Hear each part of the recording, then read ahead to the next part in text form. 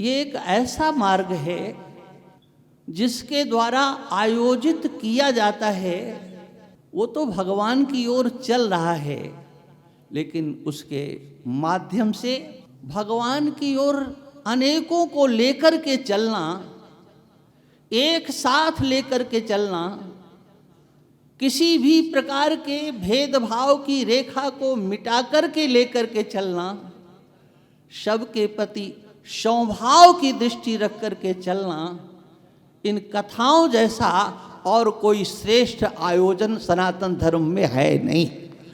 आप निश्चित समझो, ये जो कथाओं का समायोजन है, कथाओं का जो समायोजन, ये हमारी भारतीय संस्कृति का, सनातन धर्म के संरक्षण का एक मेरुदंड के समान इसको समझना चाहिए।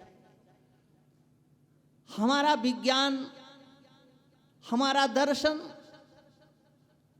कितना ऊंचा है, सामान्य व्यक्ति उसकी परिकल्पना भी नहीं कर सकता है। इतना ऊंचा है कि जिस दर्शन की समता का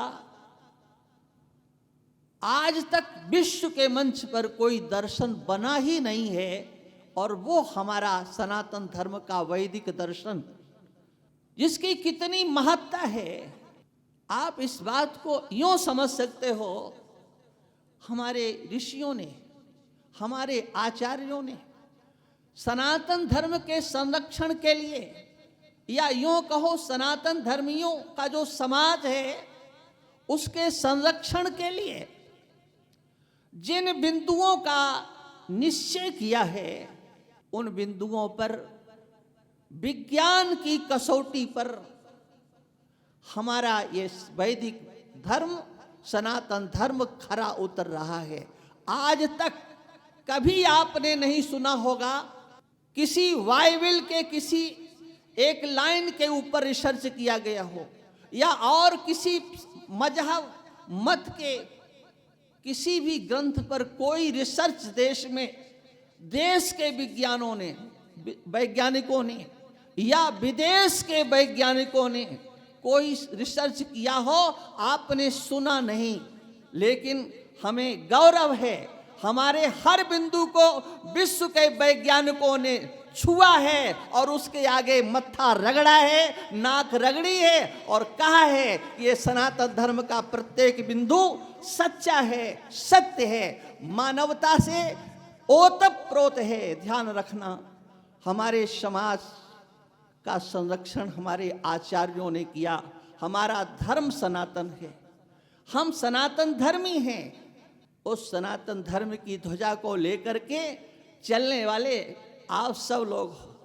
और मैं एक बात बहुत दावे से कह सकता हूं, मानता हूं हर समाज में, हर समाज का व्यक्ति आगे कुछ करता है, लेकिन माहेश्वरी समाज को मैं देखता हूं कि माहेश्वरी समाज ने हर जगह पर अपना एक झंडा अलग से गाड़ा है, समाज के संरक्षण करने के लिए, राष्ट्र को संरक्षण करने के लिए, सनातन धर्म का संरक्षण करने के लिए। क्योंकि मैं सर्वत्र जाता हूं, सर्वत्र मैं देखता हूं, इसलिए आपके द्वारा ऐसे कार्य होते रहें, समय समय पर होते रहें।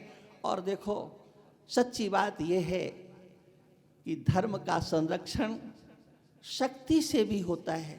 बल भी चाहिए, धन भी चाहिए और मत भी चाहिए। और लोकतंत्र में एक बात मैं कहना चाहता हूं, लोकतंत्र में एक विशेषता है, एक अंगूठा छाप। बिल्कुल गरीब, कुछ उसके पास नहीं है, और एक सबसे बड़ा पढ़ा लिखा वैज्ञानिक धनवान। लोकतंत्र में इस उंगली की, ध्यान रखना, इस उंगली की कीमत बराबर है। शायद मेरा भाव आप समझे होंगे। कीमत आपकी और उस बिना पढ़े लिखे की, उस समाज के पास जिसके पास कुछ है नहीं, लेकिन वह अपनी इस उंगली के बल पर हमारे राष्ट्र में अपने को संगठित बता करके बहुत कुछ करने की सोच रहा है और बहुत कुछ सत्ता का आश्रय लेकर के करवाने की सोच रहा है। लेकिन मैं कहना चाहता हूं आप सब समाज के कर्णधारों से कि हमें इस बिंदु पर भी गंभीरता से चिंतन करना चाहिए, गंभीरता से विचार करना चाहिए। आज राष्ट्र के समक्ष अनेक चुनौतियां हैं, समाज के समक्ष अनेक चुनौतियां हैं। हम कमा रहे हैं, बड़े बड़े सब कुछ बहुत बड़ा बना रहे हैं, लेकिन ध्यान रखना, अगर इस देश में सनातन धर्मी हिंदू समाज जिस दिन उन लोगों के बराबरी पर भी आ जाएगा, ये आयोजन आप कर नहीं पाओगे। ये आयोजन हम उन जगह पर नहीं कर पाते हैं जहां पर हमारी संख्या कम है। हम अपने बहन बेटियों की इज्जत नहीं बचा पाते हैं जहां पर हमारी संख्या कम होती है। हम लोगों को इन बिंदुओं पर भी समझना चाहिए और कथाओं की धाराएं भी बदलना चाहिए। भगवान शांब सदाशिव की परम पावनी जो लीलाएं हैं, उनकी जो कथाएं हैं, वो तो आप सुनोगे। और विशेष बात यह है कि भगवान शांब सदाशिव की कथाएं व्यास भगवान के द्वारा 18 पुराण रचे गए हैं। उन 18 पुराणों में 10 पुराणों में केवल शांब सदाशिव भगवान की महत्ता का प्रतिपादन है। इस बात को आपको समझना है। जहां पर समाज में एक भेद दृष्टि, अलग अलग दूरियां, उनका तिलक, इनका तिलक, ऐसा वेश, इन समग्र दूरियों को मिटा करके इन कथाओं के माध्यम से समाज को एकजुट करना है। हमें इन कथाओं के माध्यम से सनातन धर्म के संरक्षण के लिए उनको सजग करना है। हम अपनी मर्यादाओं का त्याग नहीं करें, हम अपना संरक्षण स्वयं करने की सोचें। कथाओं का उद्देश्य बड़ा छोटा कुछ बताना नहीं होता है। भगवान शांब सदाशिव की तो वह आराधना और उपासना है। सनातन धर्म में आप पुराणों में देखोगे, व्यास भगवान के पुराणों में, रामचरितमानस में सर्वत्र भाव शांब सदाशिव की महिमा का वर्णन है। कौन बड़ा कौन छोटा, कोई बड़ा छोटा नहीं है। शिवस्य हृदय विष्णु, विष्णु हो हृदय शिवा। ये व्यास भगवान का वचन है। शिवजी के हृदय में विष्णु भगवान का निवास है और विष्णु भगवान के हृदय में शिवजी का निवास है। शिवस्य हृदय विष्णु, विष्णु हो हृदय शिवा।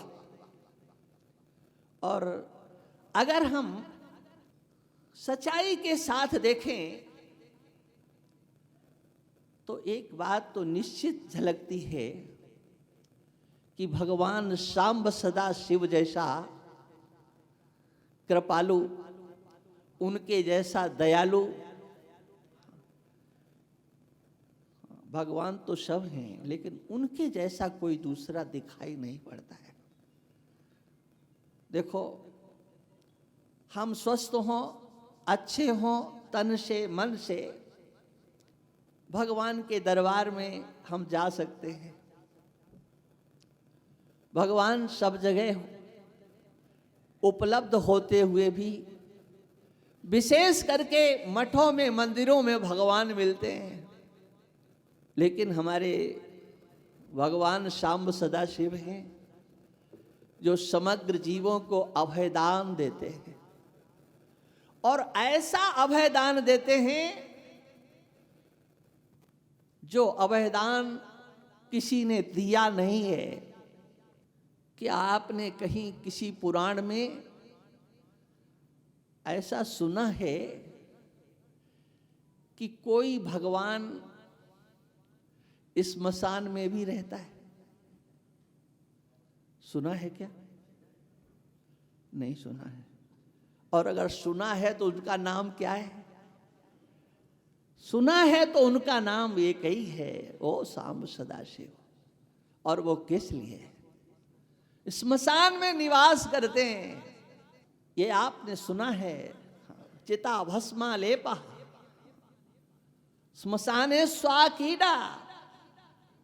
स्मशानों में वो डमरू बजा करके नाचते हैं। क्यों नाचते हैं? किस लिए? ये उनकी करुणा है, ये उनकी कृपा है। समग्र जीवों को एक दृष्टि देते हैं। देखो, तुमने जो कुछ किया है, जिनके लिए किया है, बहुत अच्छा किया है। एक दिन ये समाज तुम्हें छोड़ेगा और छोड़ करके एक जगह लेकर के जाएगा और वो सब लौट जाएंगे। लेकिन उस समय पर तुम्हें घबराने की जरूरत नहीं है। समाज तुम्हें छोड़ देगा, मैं तुम्हारे साथ उस स्मशान भूमि में भी मिलूंगा। ये जीवों को अभयता प्रदान करने वाले भगवान सांब सदाशिव हैं। ऐसे भगवान सांब सदाशिव अहेतुकी कृपा करने वाले, अकारण कृपा करने वाले, आप श्री शिव महापुराण में डॉक्टर उमेश चंद्र जी के द्वारा बहुत सुंदर सुंदर कथाओं को सुनेंगे। यद्यपि समय तो मैंने सुना है कि 7 दिन का ही है।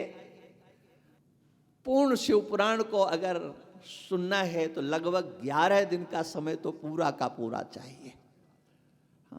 क्योंकि बहुत बड़ा पुराण है, 24,000 श्लोक इसके अंतर्गत हैं। ऐसे ही श्री शिव महापुराण को आपने सबने जो यहाँ पर आयोजित किया, हमारा भी प्रारब्ध था, आने का कोई संकल्प नहीं था।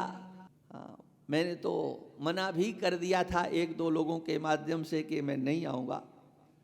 लेकिन अब मेरे कहने से तो कुछ होता नहीं है। भगवान सांब सदाशिव का आदेश हुआ तो मेरे को भी आप सबके मध्य में आना पड़ा और आकर के देख करके इस भव्यता को बहुत हमको प्रसन्नता प्राप्त हुई है। अब आगे आप उमेश जी से कथा को श्रवण करेंगे, कीर्तन श्रवण करेंगे।